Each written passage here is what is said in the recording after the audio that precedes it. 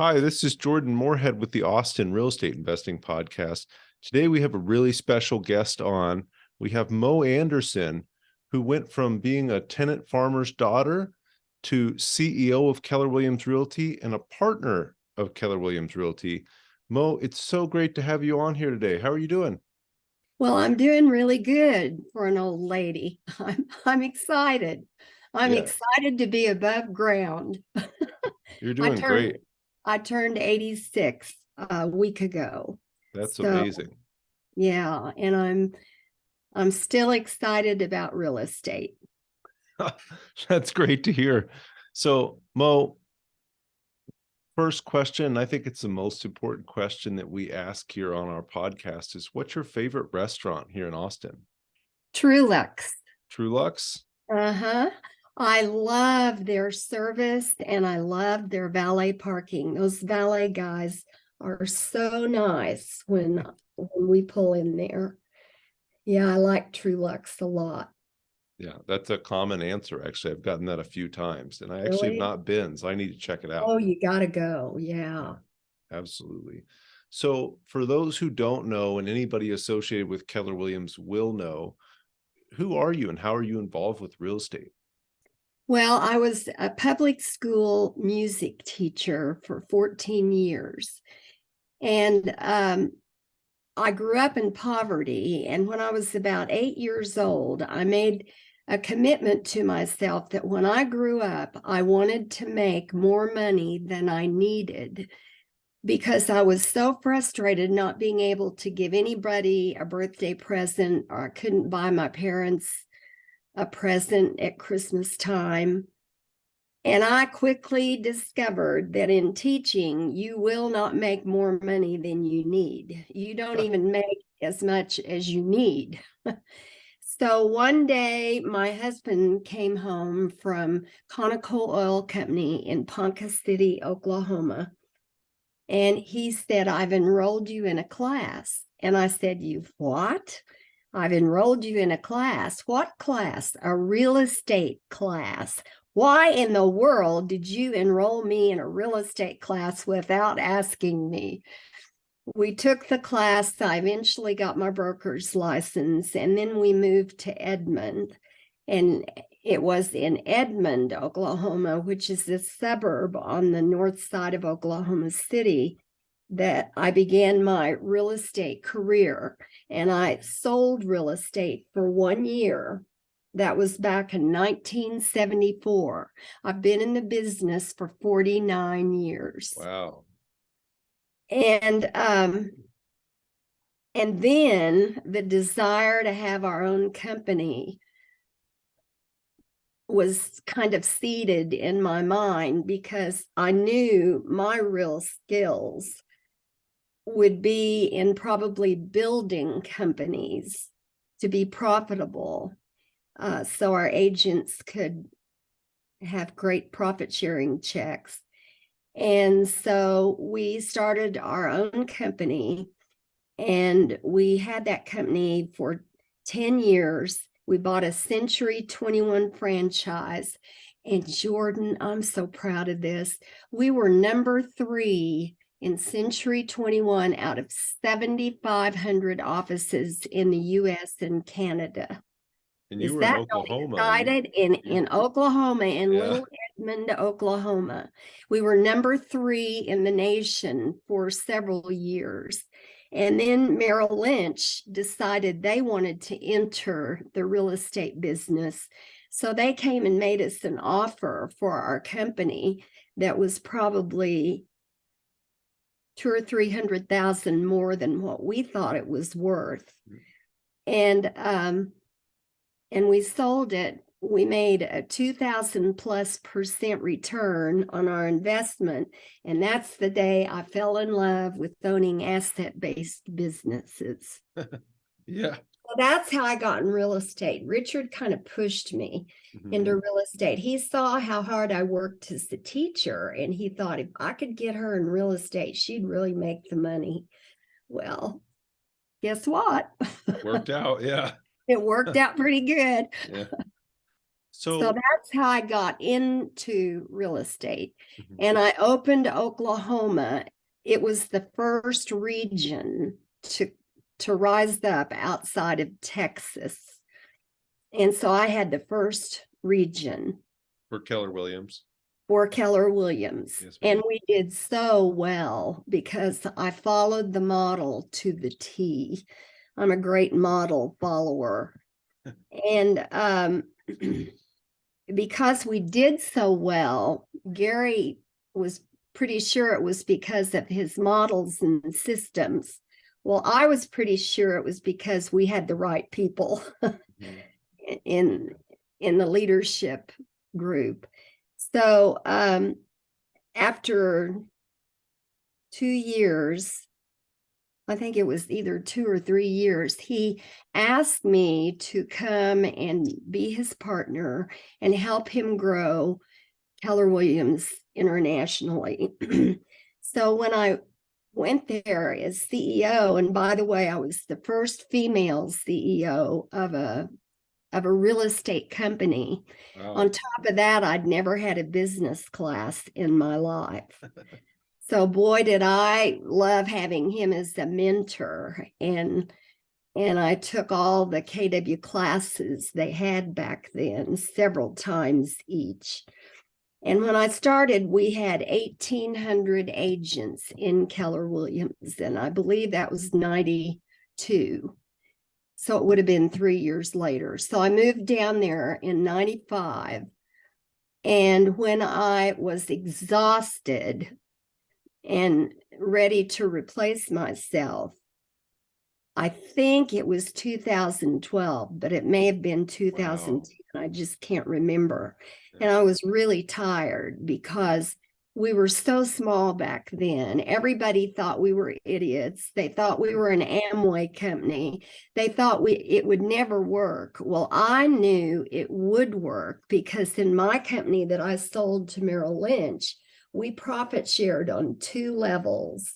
I had an ALC that functioned just like Gary's ALC. And then I didn't have Gary's economic model, but I saw the brilliance in his model because it's almost recession proof.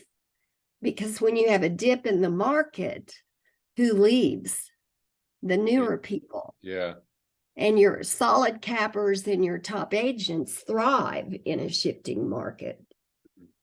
So when I left and replaced myself with Mark Willis, we had 50,000 agents.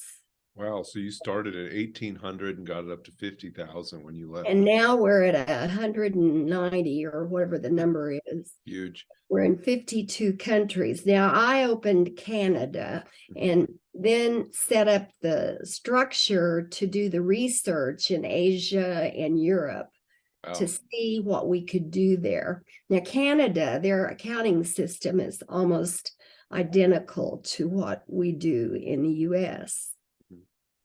So that's what I did. And then I stayed in Austin for an additional 4 or 5 years and just did special projects and helped Mark and all of that. And so I go back and forth. I have a home in Oklahoma City. I'm in my Oklahoma City home right now. Mhm. And then we have a lovely little home in Austin, 4 minutes from the office. Oh, nice. That So I makes don't it have easy. to fight the traffic. Yeah. When you joined and there was 1,800 agents, how many regions or areas was that? When I joined, I think, well, we were the first region. And then when I came to Austin as CEO, if I recall, I think we had 7 regions. Okay. And in the first tour, and we had 45 offices when I first went to Austin. And I closed 15 of them because they weren't productive. And I foreclosed, I think it was 5 regions. Now, Wow. We kept the regions going, but I removed the leadership. Okay. Just- So I kind of became known as the Velvet Hammer. oh yeah. I loved on them, and then I stuck the dagger in and said, "This is not acceptable. You have 30 days, blah, blah, blah, blah." And then I loved on them some more. Yeah. I think it's so easy to look at that as, oh, that's mean or something like that, but you're really being helpful to people and helping them find their purpose. Well, I had an owner in Florida, and he was using his retirement funds. And honestly, Jordan, he hadn't done anything. He was losing massive amounts of money every month. So I hopped on an airplane, flew to Florida, sat down across the table from him, and I said, "I respect your capital more than you do. Wow. And because I do, and because my conscience will not let me let you lose any more money, you have 30 days to sell the office." And he didn't have anything to sell but a few desks and a copy machine.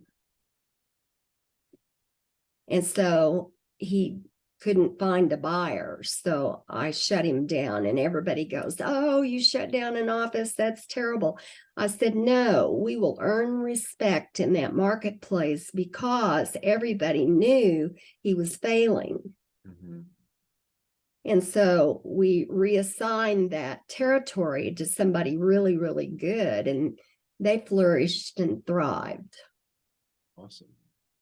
And I know you,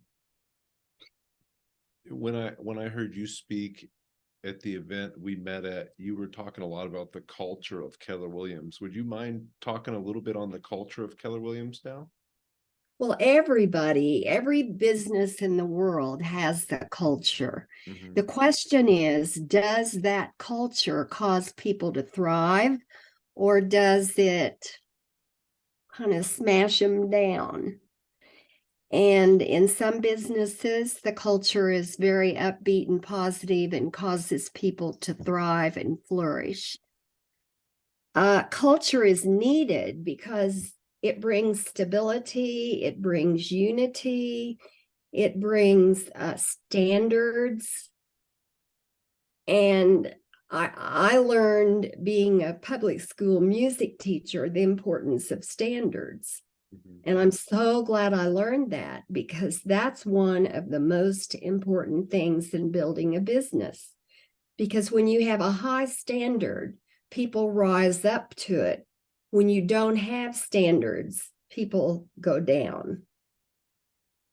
And I learned that being a teacher in a school with poverty kids. And see, I grew up in poverty, so they had nothing on me. I didn't let them get by with a thing, and I didn't feel sorry for them. And I had high standards because I wanted them to experience what it felt like doing something really well, where it was well done, and the feeling you have when you succeed. And it was really a wonderful, rewarding time, but I couldn't make any money. So in Keller Williams, basically what I did was I cleaned it up, and then I set the standards, and I wouldn't veer an inch from those standards. And I think that's what allowed me to be successful when I didn't even have a business class. That's weird. Yeah. You know, Gary Keller really needs a pat on the back, because I was 57 years old when he asked me to move to Austin. And I was a woman, and I didn't have any business classes. Richard keeps telling me that the business classes would have ruined me. Yeah, I think Because so. I kind of function from just intuition, Mm-hmm. if you know what I mean. Yeah, so I actually didn't know what a tenant farmer was. It made sense when I looked it up. So a tenant farmer, and correct me if I'm wrong, is somebody who rents the land and farms it. They rent it from a landowner and you farm it that way. What they actually do, it's really more like a sharecropper. The farmer comes onto the land, and then when the crop is harvested, if hail hasn't taken it out, and back then we didn't have any insurance, he gives the owner a third of the crop. He puts a third of the crop into the granaries so that he can plant the wheat again in the fall. And then hopefully, after you pay the bills of running the machinery and harvesting the crop, you have something left over. It usually isn't a third. Yeah. Well, because all your expenses come out of your third, it sounds like. That's right. So it's tough. It's Yeah. real tough. And I'm sure they didn't have all the modern farming methods and machinery, and you can't farm near as much land as you Right. can today. So it probably We makes it a didn't lot have more tough. electricity. We didn't Wow. have an indoor john. We did not have indoor water. We had a Wow. well that we would go to the well and pump the water. Wow. So my parents I admire so much because they came out of the Great Depression and the Dust Bowl days. I remember the Dust Bowl days. I was 5 or 6, and I can remember how my mother would put a cloth around my face to breathe. Really? And those clouds of dust would roll in, and sometimes they'd come as far north as Nebraska. They would be rolling south. Mm-hmm. Oh, it was awful. Yeah, that sounds. So where did you And go? Where in Oklahoma were you born I again? was born near a little bitty town called Ames, Oklahoma, which was probably 25 miles from Enid, Oklahoma, which is in the northern part of the state. Mhm. And then we eventually moved to an area, a little town called Drummond. We rented a farm. Well, we didn't rent it. We just sharecropped it near Drummond. And then when I was a sophomore in high school, we moved to a little town, which is 8 miles south of Enid. And it's called Waukomis. And that's where Richard and I graduated from high school. Oh, And wow. we married when we were 20, which is way too young. Oh, really? And in August, we will have been married 66 years. That's amazing. So is that when you started teaching music? That's right. After I graduated from OU, I worked my way through OU. What did you do through college when you were working? I worked for a Lutheran church as a secretary. So I would work quite a bit during each day.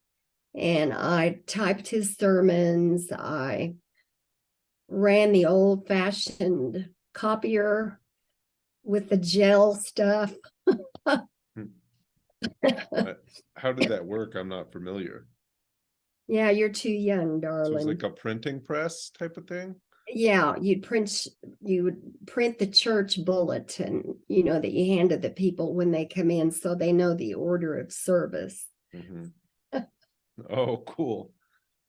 And I made $1 an hour.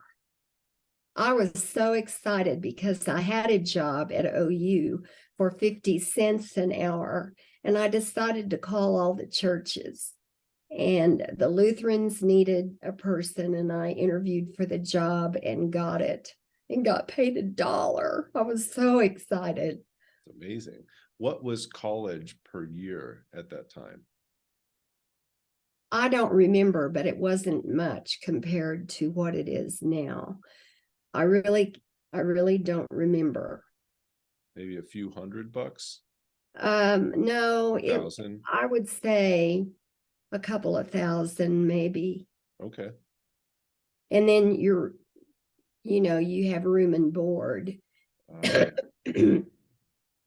And then we got married between our sophomore and junior year. And Richard was at OU on a full ride basketball scholarship. So Oh, he wow. had all of his expenses paid. That's pretty amazing. Yeah. So, Miss Mo, I know you built some amazing companies and you had a lot to do with building Keller Williams to the company it is today. Have your investments just been in companies or have you invested in real estate too? Um, we've invested in both. Okay. I own several, we own several offices, and then we have a lot of real estate investments. Okay. So offices is in Keller Williams offices Yes, or off. Okay. that's the And only one I would ever own because yeah. I love the model. Hmm. Yeah, it's a great model. I think like you talked about, uh, a lot of people don't know that, but they do share their profits with their agents. And it's actually a big piece of the profit too. People think it's just a real small amount, but it's really It can go up to 48% of the yeah, profit. it's huge. When you really learn the model, it's amazing. So that's great. And we didn't really invest in Austin. We invested in Oklahoma City and we invested in Enid. We've invested in our little town. You know, part of our mission statement is a legacy worth leaving. Mhm. That's part of our mission statement for Keller Williams. And I think Richard's going to have the best legacy in the world because he bought a block on one side of the street in our dead, pitiful little town. It is so beautiful. It looks like it came from a Hallmark movie. So look it up on the internet and look up, see if you can find Buffalo Junction and Buffalo, excuse me, Buffalo Retreat. Oh, cool. Because when he's gone, he will have left an amazing legacy. We put little shops in there and they're working hard and doing, a couple of them are doing pretty well. And we're going to give those businesses to the people that built them. And I'm excited about that. And the little town is coming alive again. And Richard built a restaurant and he named it Moe's Place. Oh, wow.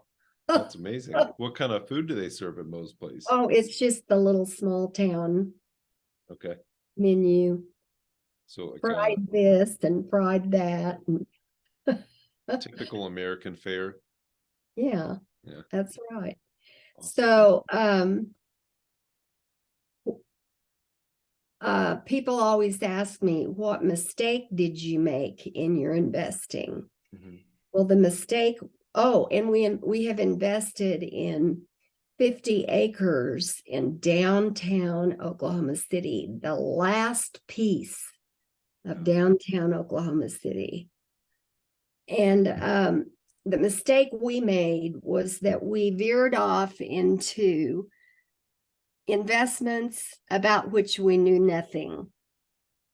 See, we know real estate, but we invested $500,000 in a bank. And then remember when all the banks went down, or maybe you were too young. In the It was 80s, in late the 80s. Yeah.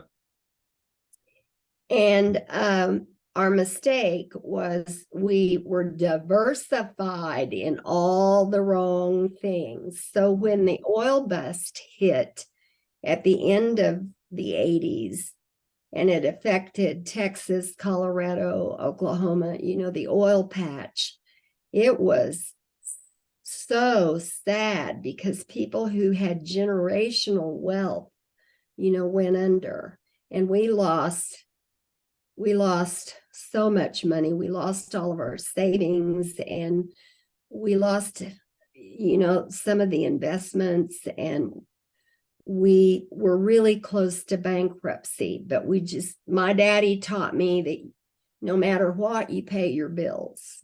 Mhm. So we began to work really hard to work out something with the owners of our investments. And it took 10 years for us to crawl out of that.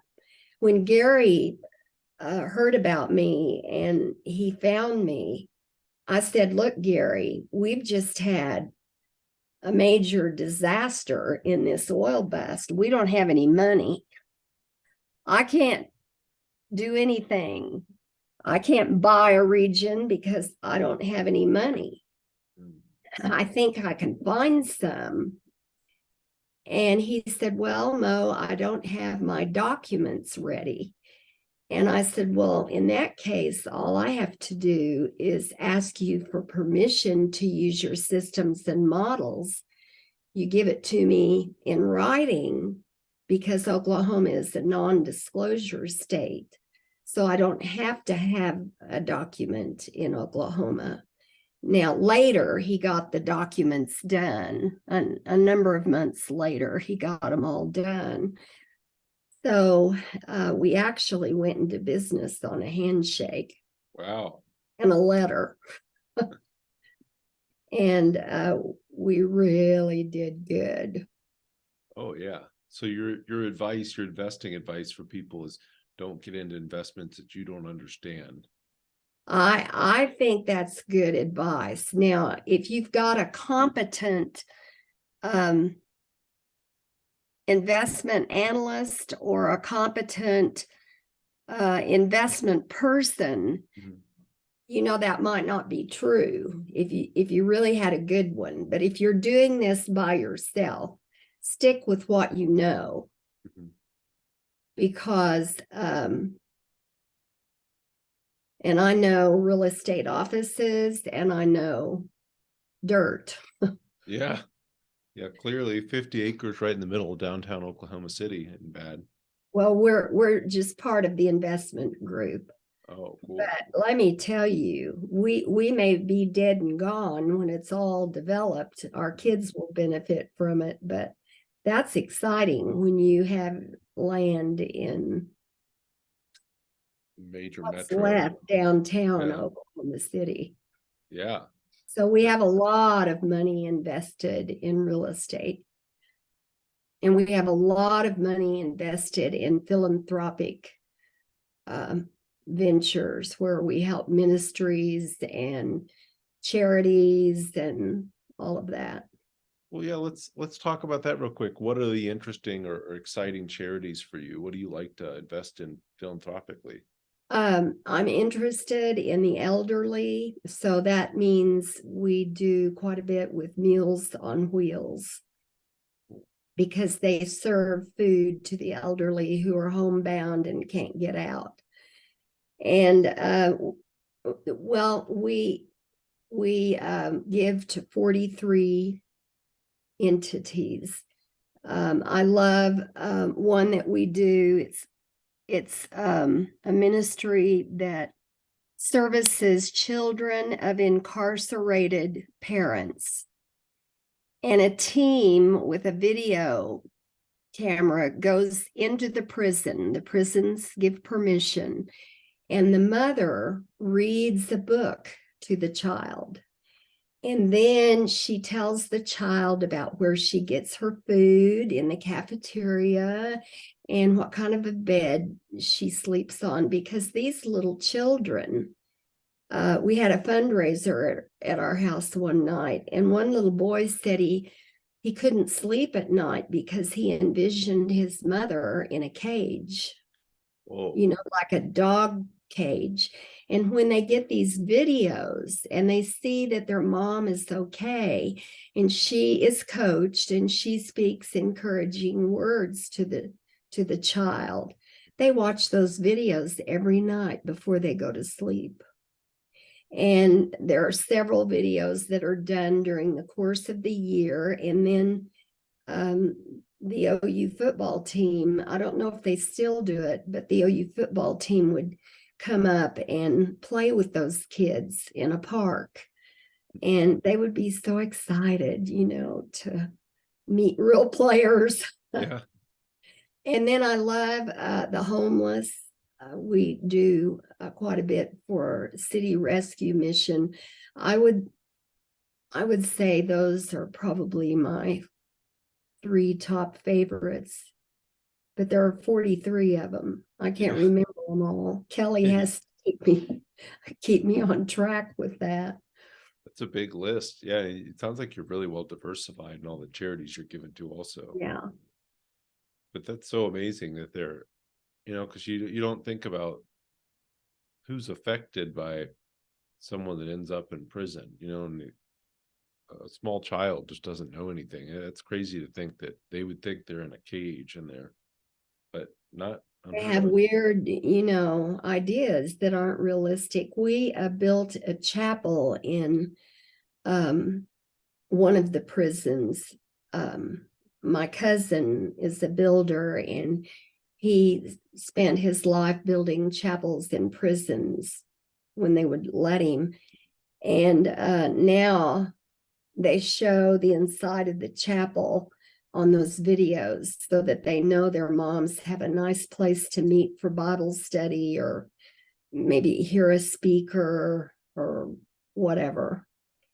And then they have a little church service on Sundays. And so it's called the Anderson Chapel. That's really I've got encouraging. pictures hanging on the wall of the chapel. That's great. It's just such a good way to help people rehabilitate and then help their families be okay too.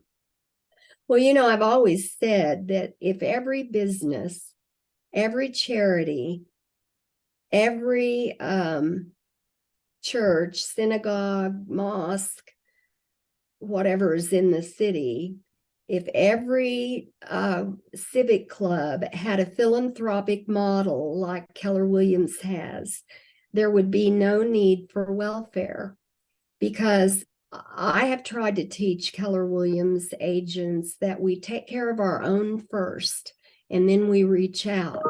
So see, we have KW Cares, where we take care of our own. Oh my goodness, the tragedies that occur in families, it's just shocking. And it's so wonderful that we have the funds to give them a grant to help them. One is the couple in Colorado who drove off to celebrate their 25th wedding anniversary. And on the way to the restaurant, a random gang came along beside their car and shot them. He came out of it pretty good, but she became a paraplegic because of where the bullets landed in her body. And I don't know what those people would have done without KW Cares. And then, when the national disasters happen, the tornado in Joplin, Missouri, the hurricanes, the fires in California, those are monster projects. Like on the last hurricane, we spent $3.5 million helping our people. And we have these trucks that are filled with goods, and we try to station them as close to the city where the problem has occurred so they can get in there first. And then our people can get the supplies they need. And then we have hired people to come and muck their houses, pulling down the sheetrock and all of that. I don't know if you were at Mega Camp when Houston had their flood. Yeah, Harvey. We sent 78 buses. We sent all the mega agents to Houston to help the people, because they made us give up the convention center because they were needing to put people in the convention center who had been made homeless. Yeah. That was several years ago. That was 2015, right? 2015, yeah, 2016. Yeah. I don't remember when it was, but I'm just so proud of KW Cares. And our people give about $6 million a year. And and I'm trying to be very frugal with the money and put some aside, because when these big things happen, we've gone from maybe 1.5 million to 3.5 million because of inflation, and the years have gone by. And I'm trying to keep the savings kitty filled with at least 20 million, so that if we have 3 or 4 national disasters at the same time, we can handle them all. Mhm. And it seems like they're happening more frequently. Yeah. Then we have KW Kids Can, and that's where we search for the young entrepreneurs, and we teach them entrepreneurial lessons. And then if they invent something and need a patent and they don't have any money, they can apply for a grant to get their patent. And if they are real smart and want to go to college and their parents can't quite swing it, they can apply to get a small scholarship to help them with their tuition. And that is just a wonderful program. And then we have Red Day, and that's where the agents stop working for part of the day or all of the day, depending on the situation, and they go into the community and they give back. I am so proud of the Edmond office. They have given over $8 million to the charities in Edmond, Oklahoma, over the course of 8 years. So they've been giving about an average of about $1 million a year. And they do a 5K run. I think Isn't that amazing? that's just amazing. And I think just the easiest one to do that, we did Red Day one year and we just went around and picked up trash around the city. It's so easy, and it makes such a difference too. You drive around, you don't see any trash anywhere anymore because people just went out with a few trash bags and they each picked up a few bags of trash. It's just such a simple way to help. That's just wonderful. And so we've tried to teach our people that the money we get in for these projects, we must tithe. And so we tithe to MD Anderson. We tithe the cancer center, because a lot of our people have cancer, and they help us get the people in because we've given them a lot of money over the years. And we give to a veterans program that builds houses for those who come back without arms or legs. And then we give to Ryan's Well, and that's a Canadian charity that builds wells in Africa so the people have good water. We've been doing them for 20 some years. Wow. And they have been so responsible. And if you go over there where they're building the wells, they build a cement thing and it says KW Well. It's a KW Well. Mm-hmm. Do you have any idea how many they built in 20 years? Oh my, they're probably, well, I hate to guess because I may get it way wrong, but they have a lot. Mm. And it costs so much to build a well, and the money that comes in, they'll build the wells according to how much comes in. Mm-hmm. So culture involves not only standards for productivity and standards for the way we treat each other. That's our Y4C2Ts. Mm-hmm. That's a little acronym for some words, like the W stands for win, win, or no deal. The I is integrity, do the right thing. Mm-hmm.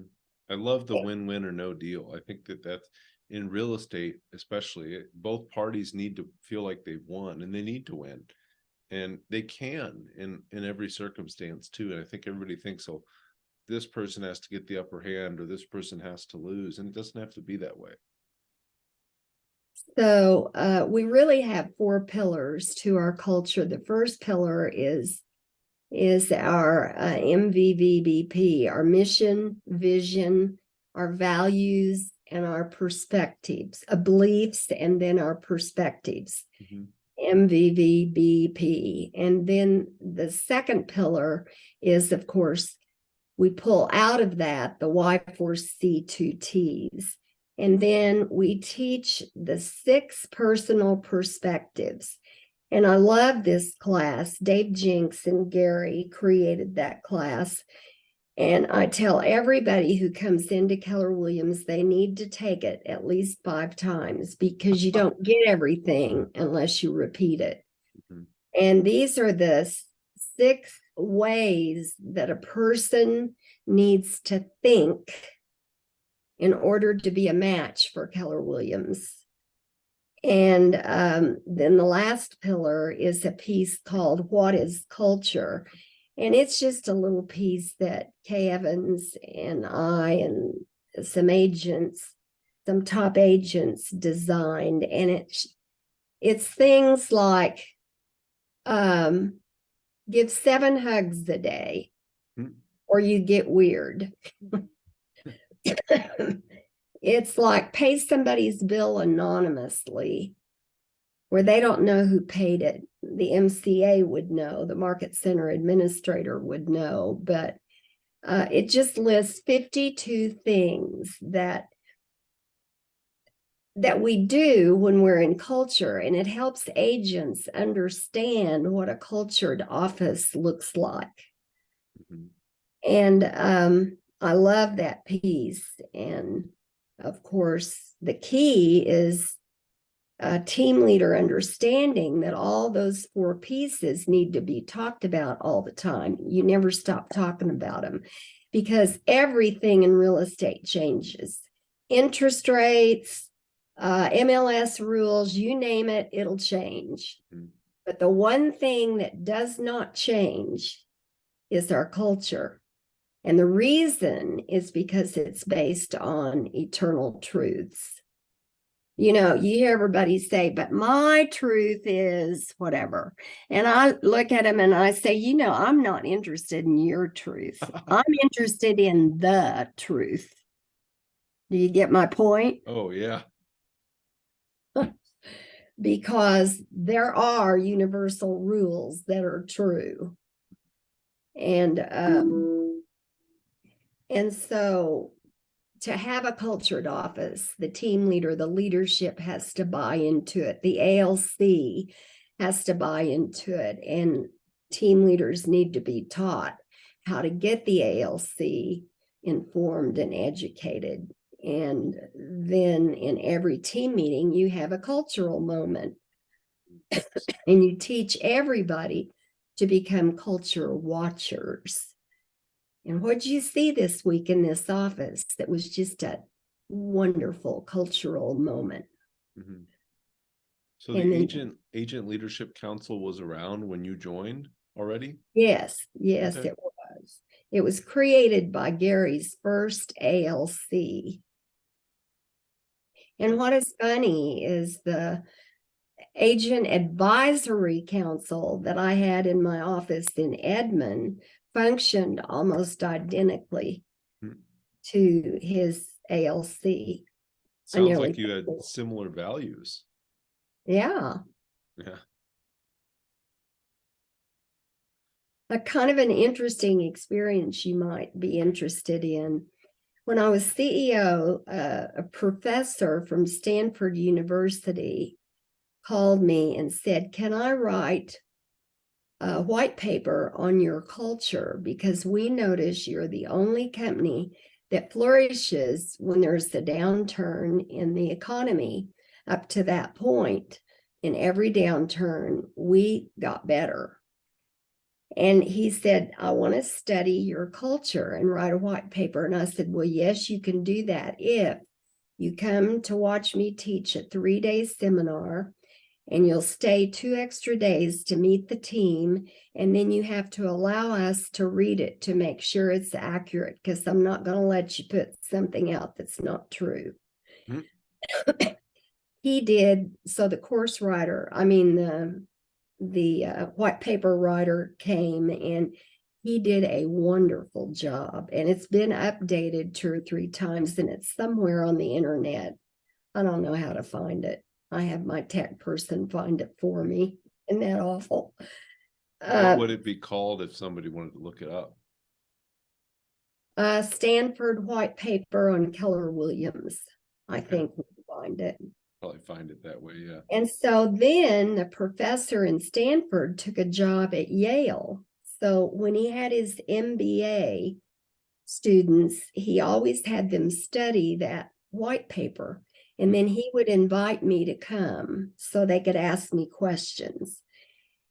And every time I went, which I think was 8 years in a row, something like that, the first question out of their mouth was, doesn't that value statement that you have called God and family first and the business second hurt you? And I would always answer by saying, I cannot believe that a farm girl from Oklahoma could teach you anything, but I've got a gem for you. So get out your pencils and your paper and write this sucker down. So they did. And I said, that statement serves as a magnet to attract like-minded people.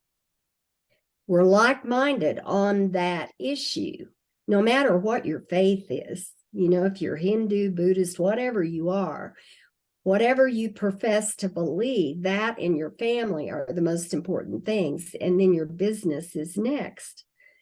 And I said, what you don't realize is, although we're not like-minded in politics, we're not like-minded in a whole bunch of things, when you are like-minded in something as powerful as faith, family, and then the business, it bonds you together. And then when you hear the Keller Williams mission statement, building careers worth having, businesses worth owning, lives worth living, experiences worth giving or receiving, either one, and legacies worth leaving. When this group of people who loves their faith, their family, and put the business later, put the business next, when they buy into that, you have power you cannot imagine. And that's why we flourish.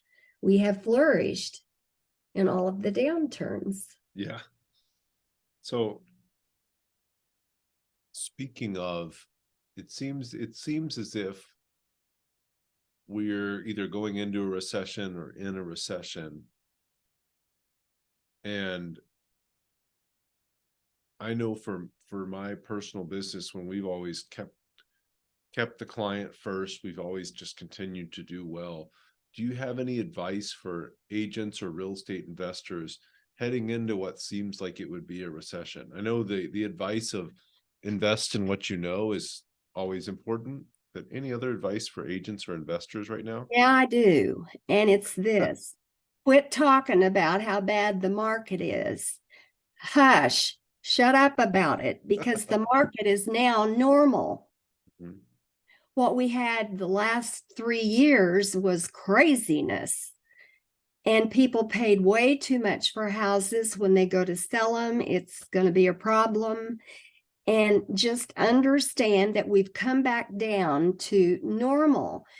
Interest rates are what? 6 for a house, it's 6 point what? 6.5 or so. 6.5. And the average for the last 10 years was 7. We haven't even hit the average yet. So quit your whining and complaining and go lead generate 3 hours a day and follow the models and work your systems. And you're just going to make more money than you ever thought you could. Yes, ma'am. It's people getting scared because they keep hearing recession. Well, we may go into a recession. Mhm. And if we do, we just keep lead generating 4 hours a day, because when you're in recession, you up your lead generation, you up your ads, you up all of that when you're in recession. But right now, you're in normality. So enjoy it while you got it. That's my advice. And I heard Gary say the same thing last week. I was at his mastermind here in Austin, and he talked about, here's the trend line for home prices. We're still above the trend line. Here's the median interest rate. We're still below that, So I think the same could be said for real estate investors. Is when you're having trouble finding deals, put more effort out there to find deals, do more lead generation to find your deals, whether you're an agent or an investor. That's exactly right. Yeah. It's real simple, actually. Yeah, it's easy to think it's not, because it's hard. It's harder, or it's more work than you'd like it to be sometimes, but it's very simple. Well, at family reunion this year, Gary asked me to be on stage with him during the state of the company. Were you there? I was not able to make it, actually. I had a family event that got in the way of that. Yeah. And so when we walked out on the stage, Gary looks at me and he said, well, what are we going to, he took me and Mark King out on stage. Mm-hmm. He said, what are we going to talk about? And I said, well, I have something I want to say to the agents. And he said, go for it. And I said, you have been listening all morning to Gary talking about how bad the market is. I said, he's taught you everything. You know all about it. Now stop that. Stop listening to how bad it is, because it's now normal. And I want you to think of this attitude about the market as Goliath. And I want you to be David, and you get back home and you put a stone in your little slingshot and let's go kill Goliath and show the world that we can flourish when the market becomes normal. That's some great He probably advice. wanted to hit me, but I didn't care. Yeah, that's great advice, though. I think, we were in such an enthusiasm. It felt like what's the Dutch, were the Dutch tulips, the tulip mania. It felt like where we were. And now we've come back to reality, but because we were used to tulip mania, reality feels slow. Yeah. And we're just back to normal. And I really love that, Mo.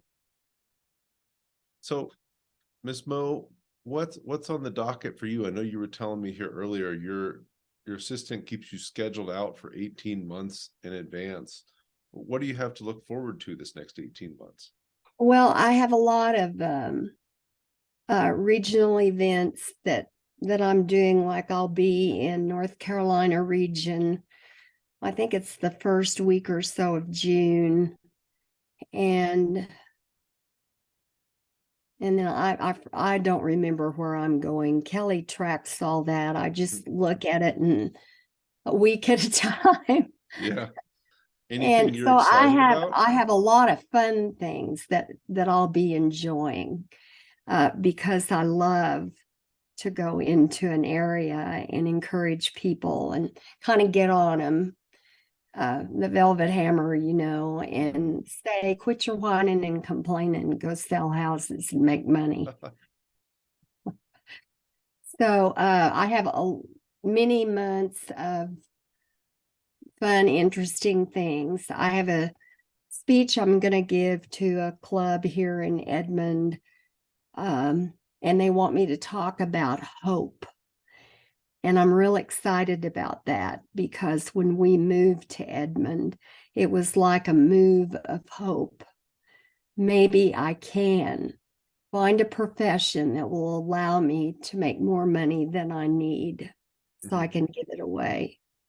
Because when you grow up in poverty and you don't have anything, and you wear your feed sack dresses to school and your shoes with holes in them, and you're embarrassed for somebody to come to your house because there's no indoor bathroom, there's no all of that.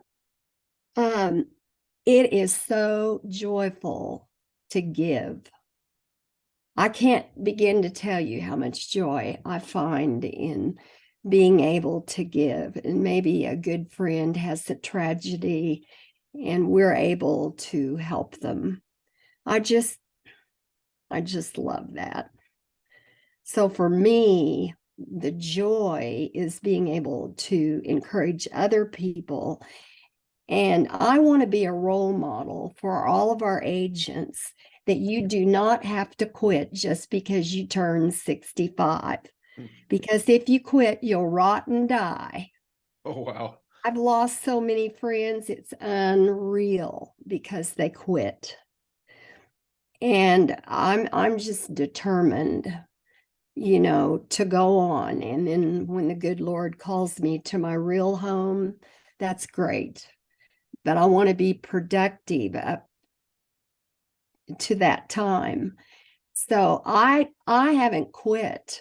I'm still going like crazy. Mm. And I just hope agents look at me and say, I can't believe she is still working and she's 86. And I go to the doctor's office or something and they say, because my insurance, my primary is through Keller Williams International. And they say, are you still working in your 80, whatever you are? And I say, you bet I am. I'm going to work into my 90s. Well, I just watched Warren Buffett and Charlie Munger, what was it, a week or two ago? And he's in his 90s and Charlie is 99. And they're still going after it. So that, and I know it keeps you alive and it keeps you young. When I was a child, my very favorite uncles retired at the same time, 3 of them, and they were dead in 2 years. Wow. Each of them died within 2 years of retirement. And I know it's because they lost their purpose. Mm-hmm. They got tired of playing golf. They got tired of sailing in their sailboats, and they were gone. So I grew up thinking retirement kills you because they all 3 died. You sure do see the downward slope start when you retire because you're not out doing something stimulating every day. Right. Miss Mo, I know we're running out of time here. I want to talk a little bit about, you have a book that you just came out with, A Joy-Filled Life, Lessons from a Tenant Farmer's Daughter Who Became CEO. Yes. I wrote the book to honor my parents, and I really wrote it for my grandchildren. And I thought about getting maybe a couple of hundred copies because I didn't think anybody would want to read it but them. And Kelly and several others talked me into doing 10,000 books in the first run. And of course, it came out several years ago, but what is interesting is it's still selling on Amazon. It's crazy. I just can't believe it. We have moved 45,000 books. Wow. And the warehouse, the Keller Williams Book Warehouse, ran out, and I've ordered several thousand more. And I don't know if they'll all go, but that book is still going. There are teachers using it in their schools because it's divided into lessons, and the chapters are each a lesson. And there are book clubs using it. It's just, I'm just shocked because Gary he wanted to know if I wanted him to publish it. And I said, no, I really want it to be my book. And so I went through a publisher in Austin called Greenleaf, and they did a marvelous job. So 45,000 copies later, it's still going. I spoke at a recruit thing today that one of our offices was having, and they had top 14 top producers there. And about half of them had read my book. And almost all of them had read the Red Book, The Millionaire Real Estate Agent. But I just couldn't believe they'd read mine. And they had. How long did it take you to write that book? Oh, I'm embarrassed to tell you. It was really a struggle because writing is not natural to me. I have to really, really work at it. Took me about 9 years to finally get it to the press. Yeah, books take a while. It's just so much work. I think people underestimate. Oh, their work. So and they kind of hang over your head all the time. I need to be working on my book, but I hate writing. But I feel like I accomplished the goal. I wanted it to be like a conversation between me and the reader. And I can't tell you how many people have said, when I read your book, Mo, it was like you were just talking to me. And I went, ching, X in the box. Yeah, mission accomplished there. That's great. So, Miss Mo, do you have any advice for any realtors or real estate investors that are just getting started that are listening here? Just some parting advice, last words for them? I would encourage them to find a commercial real estate agent who has experience and a vast amount of knowledge. And then I would encourage them to employ an investment analyst who's familiar with real estate. So when the agent brings the deal, the investment analyst will give his opinion of it because he has no emotion in the deal. And he will be objective. For example, my grandson is an investment analyst, and he works for a family who's very wealthy, and they buy and sell properties all the time. So he does the analysis on that property, and then he either pitches it or he tells them why they shouldn't do it.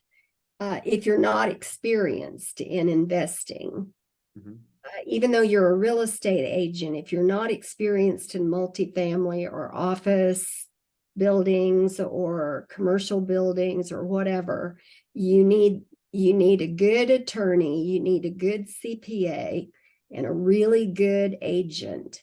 Now, my grandson is building his rental portfolio, and he has a Keller Williams agent that cues him in on the deals. And he's really good. And Connor's making money. He's only been out of college 2 years. He's making money on multifamily and on rentals already. He's got a portfolio of 3 rentals. He's got 1 multifamily, and he's about to buy another one. He makes $43,000 a year in cash flow off of that 1 multifamily because it's real close to the OU campus in Norman. Yeah, I think and he's starting so young. That's amazing because it's really not about timing the market. It's about the time in the market, especially with real estate. So right. He'll be in such a good spot later. So that's what I recommend, unless you're real smart yourself. So find good partners or find good people to work with you. Yeah, and if you're putting a deal together with someone, be sure you review their financial statement, and I would do the KPA on them to dig a little deeper. And then the third thing I would do would be to have them give me references, and I would go 3 deep. Yeah, so 3 deep. Because let me tell you, a whole lot of those real estate investment deals break up because the wrong partners are in place. Yeah. And you don't want that. No, not at all. Miss Mo, thank you so much for coming on here today. I've really appreciated it. Everybody that listens to this needs to go out and get your book, A Joy-Filled Life, Lessons from a Tenant Farmer's Daughter Who Became a CEO. And you just have so much knowledge to share with everybody. It's been such a joy. Well, you can't imagine how honored I felt when you called and asked. I thought, I can't believe Jordan's calling me. Oh, I know you get tons of calls, but I really appreciate you taking the time to talk. Well, it was my joy. Well, thank you, Miss Mo, and I'm sure we'll see you here soon at a Keller Williams event. I'm sure we will. So you come up and give me a great big hug. I will. Thank you and have a great day. Okay, bye.